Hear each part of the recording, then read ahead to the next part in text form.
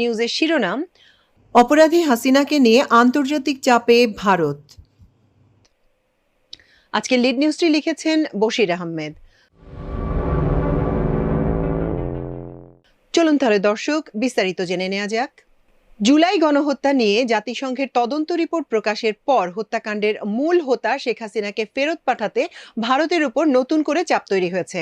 আগামী দিনগুলোতে এই চাপ আরও বাড়বে বলেই আন্তর্জাতিক বিশ্লেষক ও আইনজ্ঞরা মনে করছেন। বিশ্লেষকরা বলছেন, হাসিনার বিচার প্রক্রিয়ায় জাতিসংঘকে যুক্ত করা গেলে নিশ্চিতভাবেই ভারত চাপে পড়বে। জাতিসংঘের রিপোর্টে ভারতে আশ্রয় থাকা হাসিনাকে জুলাই হত্যাকাণ্ডের প্রধান খুনি হিসেবে চিহ্নিত করার পর অন্তর্বর্তী সরকারের প্রধান উপদেষ্টা ডক্টর মোহাম্মদ ইউনূস আন্তর্জাতিক গণমাধ্যমে সাক্ষাৎকার দিয়ে সুস্পষ্টভাবে জানিয়েছেন, আমরা শেখ হাসিনা এবং তার সহযোগীদের ফিরিয়ে এনে গণহত্যার দায়ে বিচার করব। অর্থাৎ ভারতকে এখন বিচারের জন্য হাসিনাকে